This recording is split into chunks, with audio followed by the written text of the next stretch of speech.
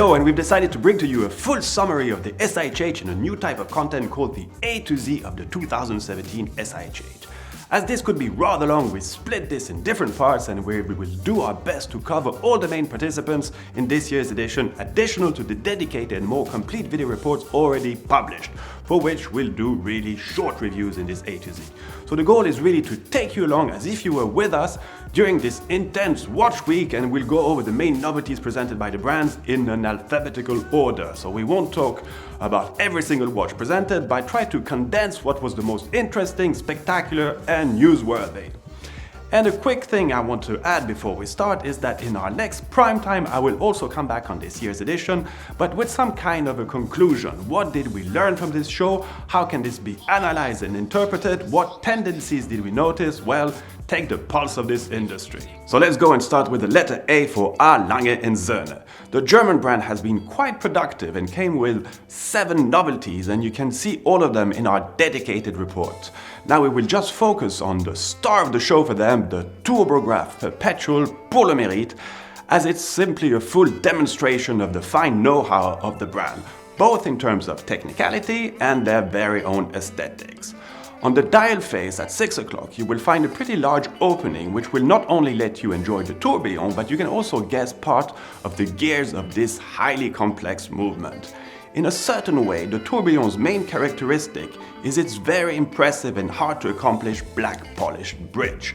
This gives extra volume and depth to this watch, which is pretty thick at 16.5mm, but that's quite normal as this caliber also holds an integrated perpetual calendar and a split-second chronograph, and naturally the signature fusée chain mechanism, something shared with all the pour le mérite watches of the brand. This is really a timepiece for collectors. It's limited to 50 pieces and it will take the brand about 5 years to produce and deliver. But this SIHH also marked a sad moment for the brand, as Walter Lange, the original family member and resuscitator of the brand in 1990, sadly passed away back in Germany on the second day of the show at a very respectable age of 92, and until very shortly he was still rather involved, and you could always see him on the stand, for instance, and participating at collectors' events. German watchmaking as we know it today owes a lot to him. Let's now talk about Audemars Piguet, and let's be honest, AP didn't come with too many crazy novelties, but for sure one that hit the spotlight. As a quick reminder, in 2016 they introduced 2 big novelties, the Super Sonnerie, a very loud chiming watch integrating the latest in terms of sound R&D. And we'll soon go back on it for a full dedicated report. Yes, it's that impressive.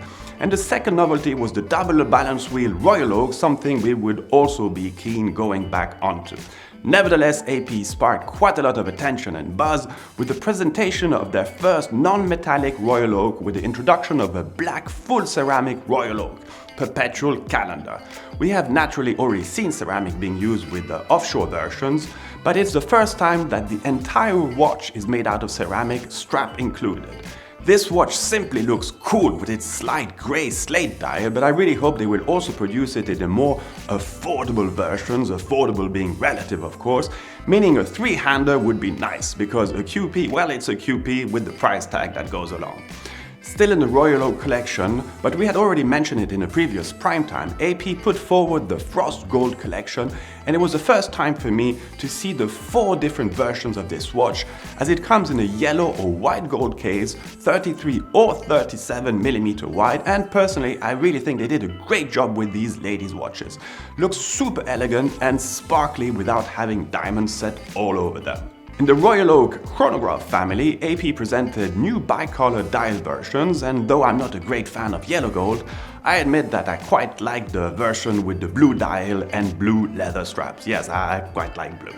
And now let's go a bit funkier with the Offshore diver collection with some extra flashy colors for this 3-hand watch and its characteristic inner rotating bezel and matching rubber strap. But if we're talking funky, well, let's go all the way, as AP presented the 3rd piece in their high jewelry collection with the Diamond Outrage. Over the last 2 years, we had seen the Diamond Punk and the Diamond Fury, The bar had already been set pretty high, but this new piece is just incredibly spectacular with its stalactites made out of more than 10,000 set stones. You have two versions, a diamond one and a blue sapphire one, and naturally you still have a small watch secretly hidden under one of the peak set with baguette diamonds. Here it's really the craft and the audacity that we are saluting, and for security reason, well, I'm not sure you could wear this one on any occasion, almost looks like a sort of alien weapon. Let's now talk about Baume Mercier, and this is going to be rather short. A few years ago, the brand introduced a new collection called Clifton, playing with vintage codes. Looked quite nice, but this year they came with a more accessible version.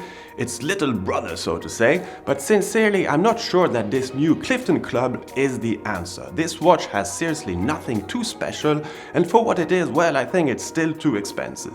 I was rather disappointed with this, and I fully understand the brand needs to come up with cheaper model. That's all okay by me, but doesn't mean coming up with dull ones. Okay, I don't want to be too harsh on them. I know that they are in a rather uncomfortable zone. Years and years ago, it was a very accessible brand. It was fine. Then all their prices increased. They wanted to play in another league, and that's when they started to face some pretty tough competition at these price level. And now, well, they just need to adapt again. Well, a complicated situation for them, or a rather easy one when you look at it from the outside, but this Clifton Club, no, that's not the answer. Continuing up the alphabet, and now the letter C. Cartier is undergoing a serious redefinition of its watchmaking strategy and is going back to what Cartier really is. The brand, under the impulsion of its new CEO, Mr. Vigneron, is gently abandoning its ambition of being recognized as a fine watchmaking house. And after hundreds of millions of investment in this direction, with I admit some very impressive timepieces seen over the years, well, the brand is pushing the recognized design dimension of the house. Last year, they successfully introduced the Drive collection, a nice, elegant and much more affordable watch, and this year they added two new references with an extra thin manual wound rose gold version, but also a gold and steel case moon phase version, and it's the first time that the brand introduces this feature not associated with another complication, just a way of maintaining prices to decent levels, and that's simply smart thinking. But the big launch for Cartier is the reintroduction of the Panthère collection, a collection first introduced in the early 80s, and the models presented this year take the exact same size and design features as the original version, as well as its characteristics very comfortable metal bracelet. This watch is now waterproof and comes in two different sizes, in gold and steel, and it can be gem set, and there's also a bicolor black lacquered version, this last one being limited to 30 and 50 timepieces depending on its size. So a total of 17 references. Despite what I've just said, Cartier still presented some watches from its fine watchmaking department, but watches that have a more distinct link to the history of the brand when it created in the early 20th century some rather fascinating clocks and watches with their hidden mechanism, les pendules mystérieuses, something Cartier showcased in a dedicated exhibition during the SIHH some years ago. So this year they introduced a rotonde double tourbillon mystérieux, something really spectacular and intriguing at the same time. If that was not enough, this watch also holds a minute repeater, so yes, still quite a demonstration of technical savoir-faire here. And in the same groove, Cartier presented another mysterious watch, but with a highly skeletonized movement, another distinctive design feature of the brand. So not going in every direction any longer, it seems, but refocusing on who Cartier is. And this leads me to another very legitimate dimension of the house when it comes to jewelry and jewelry timepieces. And there were plenty of examples of this on display, but legitimacy also when it comes to fine crafts. And we got to see, for instance, a flame gold dial watch changing color depending on how you hold the watch. And this fine craft demonstration is certainly something the brand will continue to produce and explore in the future. 2017 marked the return of one of the original founders of the SIHH, and Girard-Perregaux came with a rather simple message as they reintroduced the Laureato, which had been a signature collection for the brand before being stopped a few years ago. This new collection comes as a full family of products in 4 sizes with 2 different automatic movements, but also a quartz version in a 34mm case. So no, not yet any chronograph version, this will come later on, I'm pretty sure. Nevertheless, they did present tourbillon versions coming in a titanium case with the bicolor bridge of the tourbillon. Another distinctive design feature of the brand is naturally the three golden bridges, for instance seen in La Esmeralda, both the historical watch and the one that won last year's GPHG in the tourbillon category, but this year they came with a simpler version called the Neo Bridge, and it's the first time that such a watch is not equipped with a tourbillon, but instead a 3 Hz variable inertia balance wheel. It comes in a 45mm titanium case, and of course its pricing is much lower, starting at 24,000 Swiss francs. Girard-Perregaux also reintroduced the WWTC, the World Time Function watch, but this time encased in the 1960 collection of the brand. So maybe some kind of shortcuts taken here and there, and we'll see how it will all get accepted by the public. So we stopped at the letter G and see you tomorrow for the second part of our A to Z of the 2017 SIHH, and we'll remain with the letter G. See you very soon.